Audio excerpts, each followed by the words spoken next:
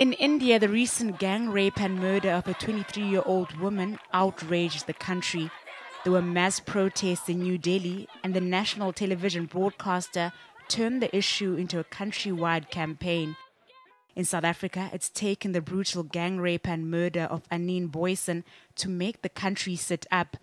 Her genitals were mutilated and her fingers and legs broken before she was left to die. She's just one of around 65,000 South African women who've reported they've been sexually attacked each year.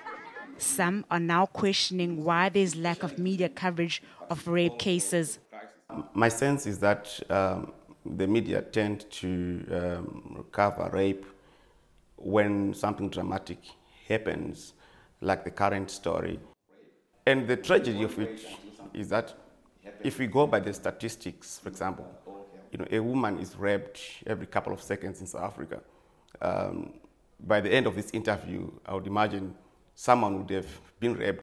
Dr. Chuma says there's a need for the media to stop covering rape stories the way they always have, waiting for something horrific to happen. Instead, journalists and editors need to find creative ways of telling rape stories so that every story is told.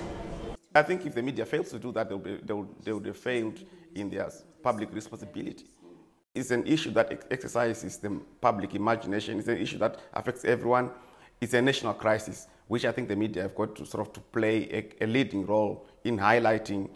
But at least one newsreader says it's virtually impossible to report every rape case given the number of cases.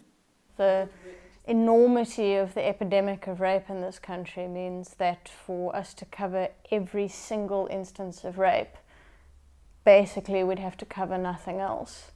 Not a lot of reports of rape cross our desks necessarily. And in fact, it's what happened in India that's ignited this response here. Let's be honest, gang rapes are incredibly common in South Africa. All three Bredasdorp rape suspects are due to appear in court on Tuesday.